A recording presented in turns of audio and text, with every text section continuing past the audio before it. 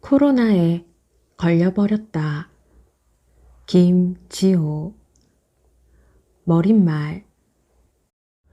선생님, 코로나 양성 판정 받으셨어요. 일요일 아침 8시.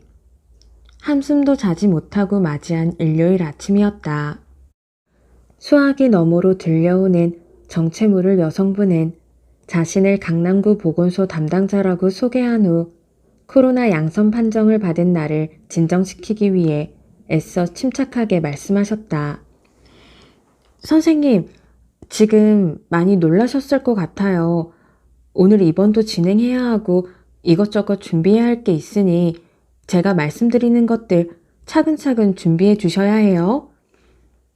만으로 나이 27 먹은 사람에게 계속 선생님이라고 하니 당황스러웠지만 지금 내가 코로나에 걸렸다는 사실이 더 당황스러워 그저 멍하니 듣고 있을 뿐이었다. 네, 네 하고 답을 하자 안내를 계속했다. 그리고 저와 통화를 마치시면 역학조사관이 전화를 하실 거예요. 앞으로 수시간은 전화통화가 이어질 테니 힘드시겠지만 최대한 협조 부탁드리겠습니다. 알겠습니다. 라고 답했다. 그리고 마른 침을 삼켰다. 목이 따가웠다. 눈을 살짝 감으니 눈꺼풀로 열기가 느껴졌다. 분명 어제는 느끼지 못했던 것들이다. 아, 내가 코로나에 걸린 게 맞구나 싶었다. 혹시 받아 적으실 수 있나요? 이번까지 필요한 절차들을 말씀드리려고 합니다. 잠시만요. 라고 말하고는 노트와 펜을 꺼내 준비되었다고 말했다. 보건소 담당자의 질문과 공지사항은 대강 다음과 같았다. 거주하고 있는 지역은 어디인가? 함께 살고 있는 사람이 있는가? 함께 거주하는 사람이 있다면 지금부터라도 우선 마스크를 착용한다. 병원은 서울시에서 지정해주는 병원으로 배정된다. 기저질환이나 먹는 약이 있는가? 거주하는 집의 경우 방역이 어렵기 때문에 별도의 방역용 소독 스프레이를 제공할 예정이다. 집안에 있는 물건 중 폐기할 것들이 있다면 봉투에 이중으로 포장해서 따로 빼둔다. 병원 생활에 필요한 옷, 수건, 세면도구 등을 챙기되 퇴원 시 폐기할 것들로 챙긴다. 확진자들이 산발적으로 발생하고 있어 언제 구급차가 배정될지 모르니 대기한다. 본 통화 이후에는 역학조사관이 연락을 할 것이니 통화를 대기한다. 네, 네 하고 대답을 하며 시계를 보았다. 아직 9시가 채 되지 않았다. 잠을 한숨도 자지 못한 탓인지 아니면 열이 올라와서 그런지 내 몸 어딘가가 짓눌리는 느낌이 들었다. 근육통이었다. 뉴스를 통해 들은 증상이 나에게도 나타나기 시작했다. 20분 남짓 통화를 마치고 전화를 끊었다. 생각이 많아졌다. 머리가 지끈거리기 시작했다. 내가 이 책을 쓰게 된 이유. 이 책을 쓰게 된 것은 코로나에 걸려 입원한 뒤 가장 친한 친구와 대화를 나누던 중 친구가 권유했기 때문이다. 나는 글을 써본 적도 없고 그렇다고 본업이 글과 가까운 것도 평소 책을 가까이 한 것도 아니었다. 하물며 글쓰기에 자신이 있던 것도 아니었다. 그럼에도 용기를 내어 글을 써보기로 마음먹었다. 시작할 때는 내 글이 이렇게 길어질 것이라고는 본격적인 글이 될 것이라고는 생각하지도 못했을 뿐더러 항상 그랬던 것처럼 어느 정도 적당히 쓰다가 멈출 것이라고 생각했다. 하지만 이번엔 달랐다. 내 인생에 비하면 짧은 시간이지만 병상 위에서 겪은 스펙터클한 경험과 그 경험이 가져다 준 생각을 한 글자 한 문장씩 차근차근 써내려 가던 나는 이전의 나와 사뭇 달라진 것 같았다. 무엇이 날 다르게 만들었을까? 코로나 바이러스가 나의 뇌까지 영향을 미친 것일까? 아니면 그냥 병실에 갇혀 있다 보니 제2의 사춘기처럼 정서적으로 변화가 생긴 것일까? 브런치와 네이버 블로그에 글을 쓰기 시작했다. 누가 볼지는 모르겠지만 내가 그랬던 것처럼 비슷한 두려움과 걱정의 시간을 헤쳐나가고 있을 누군가를 위해 양성 판정을 받은 순간부터 입원 생활, 검사, 퇴원, 사회로의 복귀, 그리고 그 과정에서 목격한 우리의 민낯까지 최대한 상세하게 가감없이 작성했다.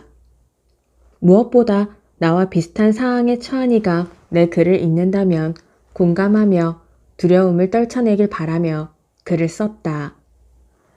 뜻밖에도 많은 이들이 이 글을 읽어주는 듯 했다. 글에 달린 수많은 댓글을 읽으며 덩달아 울기도 웃기도 했다. 사실은 우는 경우가 많았다. 투병 기간 알게 모르게 타인들로부터 받은 상처가 한 번도 본 적 없는 이들의 댓글로 치유되는 것 같았다.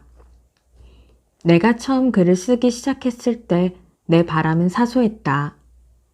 누군가 이 몹쓸 바이러스로 인해 병상에서 고독한 싸움을 하고 있을 때, 또는 자신의 소중한 사람이나 가까운 사람이 바이러스에 걸려 함께 마음고생하며 위로가 필요할 때 내 글을 읽는다면 좋을 것 같았다. 다행히도 그 소원은 이미 이루어진 것 같다. 우리가 이 바이러스를 두려워하는 이유. 코로나19 양성 판정을 받은 순간 내 심장은 미칠 듯이 뛰었다. 두려움과 공포를 달랠 정부의 파편을 뒤져봤지만 나를 안심시키기에는 충분하지 않았다. 그저 매우 아프다. 후유증이 심각할 수 있다. 중년과 노년층은 바이러스 감염으로 인한 치사율이 높다. 사람 간 접촉을 통해 감염된다 등 바이러스에 대한 기본적인 이야기밖에 없었다. 국내외 온갖 뉴스를 찾아보고 국내 연구진의 논문도 찾아보고 심지어 해외 문헌도 읽어봤지만 아직 이 바이러스를 정복하기에 희망적인 뉴스를 전하기에는 충분하지 않은 것 같았다. 그리고 코로나19를 몸소 겪으면서 내가 마주한 현실은 생각보다 잔혹했다. 백신이나 치료제로 바이러스를 정복하기에 부족한 의학적인 환경 때문이 아니었다. 눈에 보이지도 않는 이 작은 바이러스 때문에 보지 않아도 될 서로의 민낯을 봐버렸기 때문이다. 그 민낯은 대부분 바이러스에 대한 두려움에서 비롯된 것이었다. 치료제와 백신이 없다는 두려움, 내가 걸릴 수도 있다는 두려움, 가까운 사람들로부터 옮을 수 있다는 두려움, 공공장소에서 커피를 마시다 걸릴 수 있고 어쩌면 아파트의 한기구를 통해 걸릴 수도 있다는 두려움이 우리의 민낯을 드러냈다. 바이러스와 싸워 이기는 가장 강력한 방법, 연대. 그럼에도 불구하고 우리는 분명 이겨낼 것이다. 만약 당신이 동의하지 않는다 해도 바이러스를 경험한 나에게는 확신이 있다. 그 확신의 이유는 지금 이 글을 읽고 있는 당신 덕분이고 바이러스와의 전쟁터 최전방에서 힘쓰고 있는 모든 분들 덕분이다. 내가 이 책을 쓰겠다고 마음을 먹은 이유는 간단했다. 누구도 아직 이런 경험을 기록하지 않았기 때문이다. 시시하는 사회적 분위기와 감염자를 대상으로 낙인 찍고 손가락질하는 우리의 모습을 보았기 때문이다. 물론 나도 사람들의 시선과 낙인이 무섭고 두려워 얼굴을 최대한 드러내지 않고 싶다. 대신에 이렇게나마 나의 이야기를 가감없이 풀어가는 쪽을 선택했다.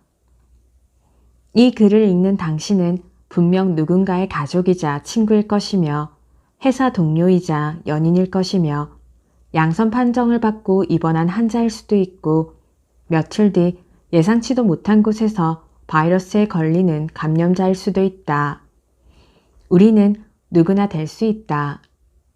이 책을 통해 수많은 또 다른 나이자 당신에게 전하고 싶은 말을 한 단어로 표현한다면 연대정신이라고 말하고 싶다. 어쩐지 비장한 느낌의 단어 같고 우리의 일상과 동떨어져 있는 것 같지만 우리는 이미 바이러스의 확산 초기부터 실천하고 있다. 나와 타인의 안전을 위해 마스크를 철저히 쓰고 나보다 더 힘든 이웃을 위해 기부를 실천하고 하루라도 바이러스의 종식을 앞당기기 위해 기꺼이 희생을 감수하고 있었다. 우리는 나와 이웃의 안녕이란 공동의 가치를 실현하기 위해 연대해왔고 앞으로도 지속해 나가야 한다는 사실을 이야기하고 싶다. 코로나가 우리에게 던진 질문. 우리가 수년간 당연하게 여겨온 것들이 코로나로 인해 한순간에 맥없이 무너졌다. 하지만 전염병과 이 시대를 대하는 우리의 자세가 조금씩 서로의 안녕을 위해 새롭게 정의되어 가는 것을 보며 자칫 사라졌다고 여길 뻔했던 연대정신이 여전히 우리를 이어주고 있음을 느꼈다. 지금 우리는 바이러스와의 공존의 시대를 맞았다. 이 시기를 어떻게 해야 현명하게 대처해 나갈 수 있을지 전과 다른 새로운 해안과 지혜가 절실하다. 단순히 코로나 바이러스를 대항하고 정복하는 것만이 아니라 바이러스로 고통받는 이들까지 이해하고 포용하고 공존하기 위한 자세가 필요할 것이다. 이것이 코로나 바이러스가 우리에게 던진 질문이라고 생각한다. 나는 그 답을 인간의 본성과 본질에서 찾아보고 싶다. 이 글을 읽는 당신도 그 질문과 답을 발견할 수 있기를 바란다. 1부 50일간의 입원 생활. 코로나 양성 판정. 그럼에도 해야 할 일들. 코로나 양성 판정. 안녕하세요. 강남구 역학조사관입니다. 김지호 씨 맞죠? 전화기 너머로 들려오는 목소리는 나에게 묘한 긴장감을 주었다.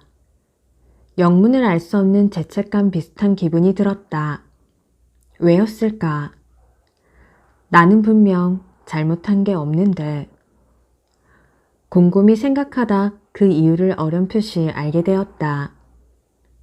요 며칠 동안 읽은 뉴스 때문이었다. 자발적으로 선제적 자가 격리를 시작하며 내가 할 수 있었던 것은 인터넷 뉴스를 읽는 것이었다. 네이버 뉴스나 카카오 뉴스를 읽으며 감염자들을 비난하고 탓하는 기사들을 보며 나도 걸리면 이런 비난을 받는 것인가? 매장당하는 건 아닌가? 해서 사람들이 내 이야기를 엄청 하겠지? 하는 생각이 들었다. 이런 복잡한 마음이 휘몰아치고 있는데 전화 너머의 역학조사관은 혹시 셀카를 찍어 보내줄 수 있는지를 물었다. 얼굴에는 열꽃이 피기 시작했고 씻지도 않아 부스스한데 이대로 보내기가 민망했다. 스마트폰을 뒤져 그나마 얼굴이 제대로 나온 사진 하나를 골라 보냈다. 사진을 보내는 순간 이제 내 얼굴, 전화번호, 그리고 이름이 확진자 관리 시스템 같은 곳에 등록되어 관리되겠군 하는 생각이 머리를 스쳤다. 역학조사관이 코로나 증상에 관한 질문을 시작했다. 혹시 발열이나 기침, 호흡곤란 같은 증세를 느끼셨나요? 만약 느끼셨다면 언제부터 느끼셨나요? 기억을 더듬어 보았다. 검사를 받고 온 토요일 저녁부터 침을 삼킬 때 불편함과 미열을 느끼기 시작했다. 이 기억을 그대로 조사관에게 말했다. 그리고 이어진 조사관의 말도 다행히도 내가 걱정하던 부분에 대한 해답이 되었다. 증상이 발현되기 시작한 날로부터 이틀 전까지를 전파 가능 시기로 봅니다. 그리고 해당 날짜 안에서 동선 추적을 시작합니다. 토요일 저녁부터 의심 증상을 느끼기 시작했으니 이틀 전이라면 목요일부터 타인에게 전파가 가능했다는 것이다. 다행이었다. 작은 의심과 건강염려증 때문에 목요일부터 나 스스로를 격리하고 있었기 때문이다. 얼마 전 같이 밥을 먹었던 친구가 사흘 전인 수요일에 연락해와서 내 친구가 코로나 확진이 나와서 나도 검사를 해야 한다며 내게도 검사를 권유했었다. 여러 가능성을 생각한 나는 회사의 위험 대비 차원에서 재택근무를 신청하고 집에 있었던 것이다. 그러니 회사 사람 누구에게도 옮길 가능성은 거의 없었다. 다음 날 그 친구의 확진 소식을 듣고 나도 곧장 보건소로 연락해 검사가 가능한지 알아보았다. 할머니의 장례를 치르고 난 뒤 마련한 가벼운 식사 자리에서 내가 전염이 될 줄 누가 알았겠는가. 황금 연휴 바로 직전 사흘에 걸친 장례를 마무리한 후 곧바로 집으로 돌아와 쉬었다. 일주일 가까이 집을 비웠던 터라 먹을 것은커녕 쓰레기 봉투도 없었다. 그래서 자발적 자가 격리를 하는 동안 부득이하게 집 밖을 나설 일이 서너 번 있었다. 하지만 잠깐의 외출에도 마스크를 제2의 피부 마냥 쓰고 다녔다. 보기와 다르게 부실한 면역력의 소유자였던 나는 올해 초 중국 여행 중 우한의 전염병 소식을 듣고 성견지명을 발휘해 마스크계의 명품 AX카 KF94 마스크를 200여 장 플렉스해 두었다. 그리고 항상 주머니에는 휴대용 손소독제를 챙기는 것도 잊지 않았다. 죄는 없지만 결백을 주장하고 싶었다. 친구가 코로나 검사를 받겠다는 이야기를 듣자마자 회사의 상황을 알린 후 외출을 삼갔다. 능도 감시 자가격리는 아니었지만 혹시나 하는 마음에 더 열심히 코로나 예방수칙을 지키려고 노력했다. 최소한의 인간다운 삶을 위한 움직임을 제외하고 말이다. 할머니를 보내드릴 때까지 정신이 없어 자르지 못한 머리를 자르기 위해 머리를 나선 것과 할머니를 보내드린 뒤 찾아온 공허함을 잊어보고자 집 근처 바에서 술 몇 잔 마신 것이 내 기준에서의 인간다운 삶을 위한 것이었다.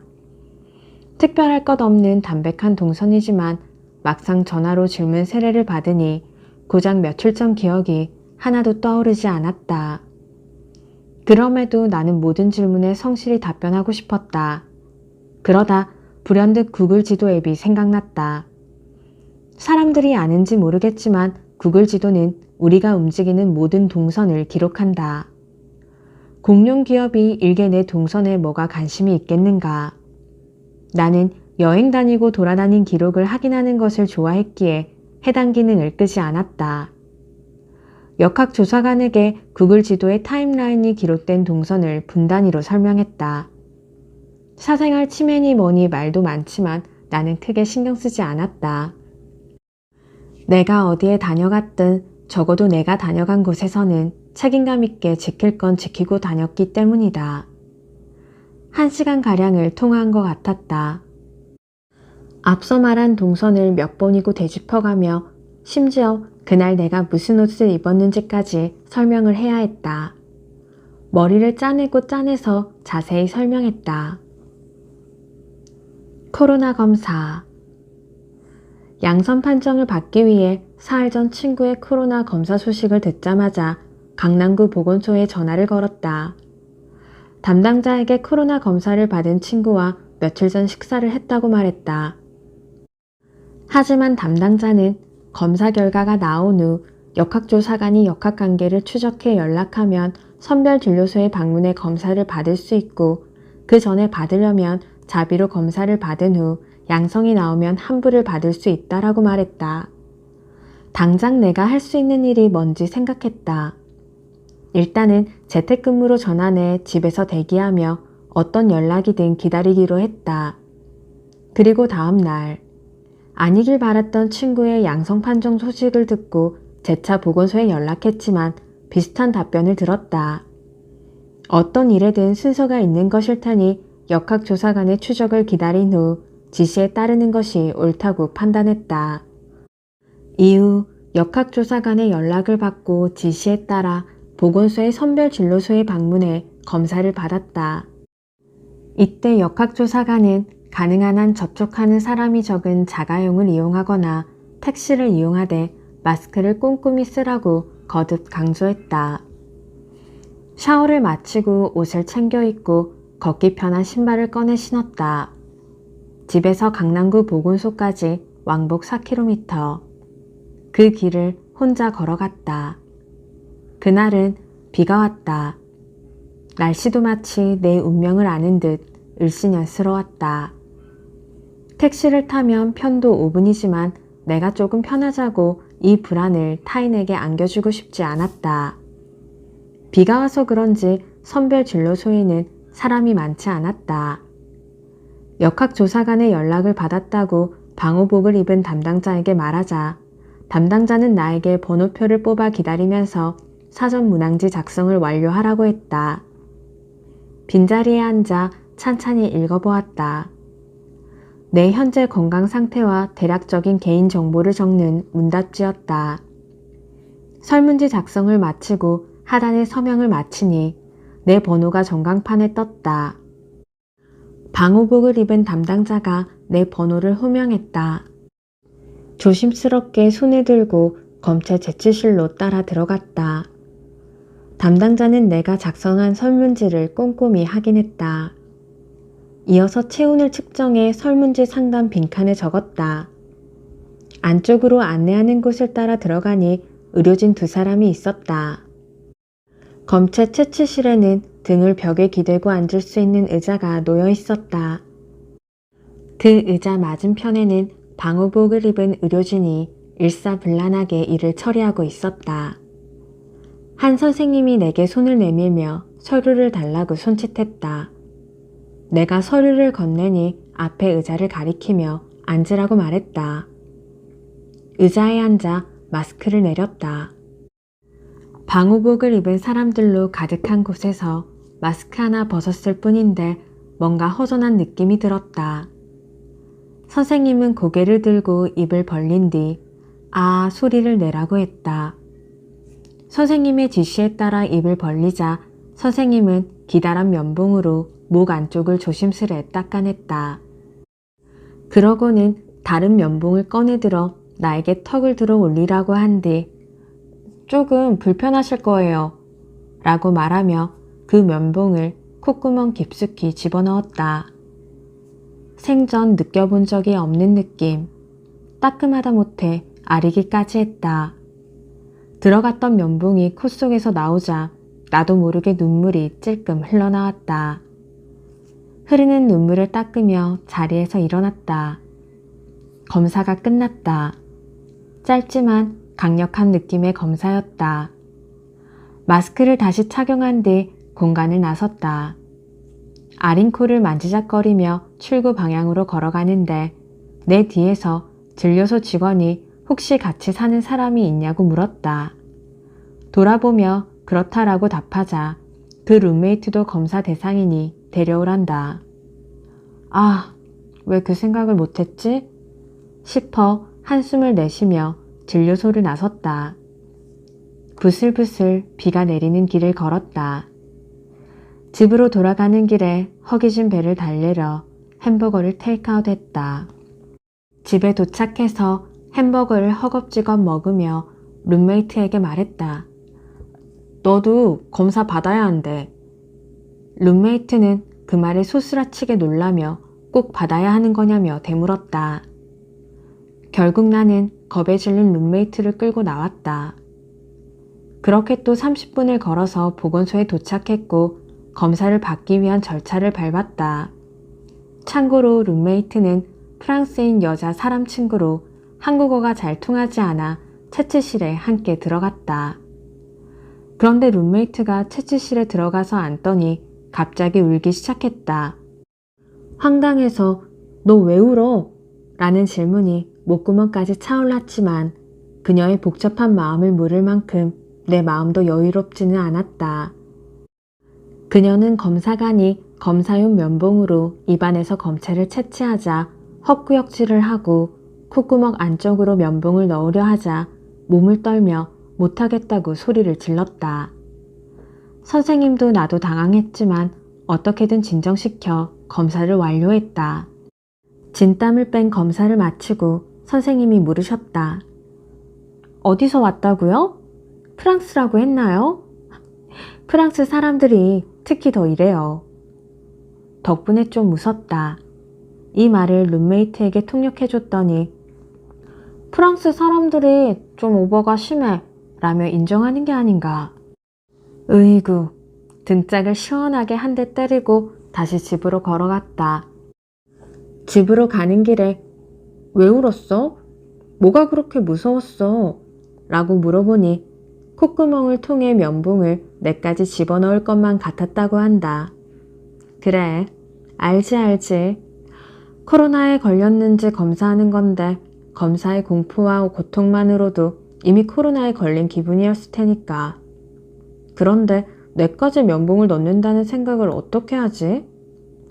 코로나 바이러스가 잔뜩 묻은 망치로 뒤통수를 얻어맞은 것 같은 기분이었다. 나만 양성이었다. 내 상태는 점점 최악의 상황을 향해 가고 있었다. 역학조사관과 통화를 끊고 나서 룸메이트에게 코로나 검사 결과가 나왔는지 물었다. 그녀는 스마트폰을 들어 문자 메시지를 내게 보여줬다. 음성이란다. 어이가 없었다. 왜 우리가 같이 사는데 나만 양성이고 넌 음성이냐. 한 지붕 아래에서 분명 밥도 같이 먹고 감자튀김도 뺏어 먹고 얼굴을 마주한 채 이야기도 함께 나눴을 텐데 나는 양성 판정을 받고 룸메이트는 음성 판정을 받다니. 황당하다 못해 어이가 없었다. 억울한 기분이 들었다. 뭐 이딴 바이러스가 다 있나. 이후 다시 걸려온 역학조사관과의 전화에서 이 이야기를 하니 조사관도 의아해했다. 뉴스에서 보던 일을 내가 직접 겪으니 더 어이가 없었다. 나름 긍정회로를 풀 가동해서 생각하자면 우리는 집에서도 각자 개인 위생을 철저히 지켰던 것이다. 이어진 역학조사관과의 통화에서는 신용카드 사용 내역 조회가 필요하다며 카드사와 카드 번호를 알려달라고 부탁했다. 부랴부랴 지갑을 찾아 주로 사용하는 카드 3개에 대한 정보를 알렸다. 그러자 역학조사관은 마지막으로 챙겨야 할 것들을 다시 상기시켜주고 통화를 종료했다. 역학조사관과 여러 명의 보건소 담당자와 2시간이 넘는 통화만으로도 나는 충분히 지쳤다. 내가 양성이라는 사실을 아직 온전히 받아들이지도 못했는데 당장 준비하고 처리해야 할 일이 계속 밀려들고 있었다. 게다가 체온계가 없어 정확한 체온을 잴 수 없었지만 점점 몸에 열이 오르는 것이 느껴졌다. 다시 침대에 몸을 뉘인 후 생각을 정리했다.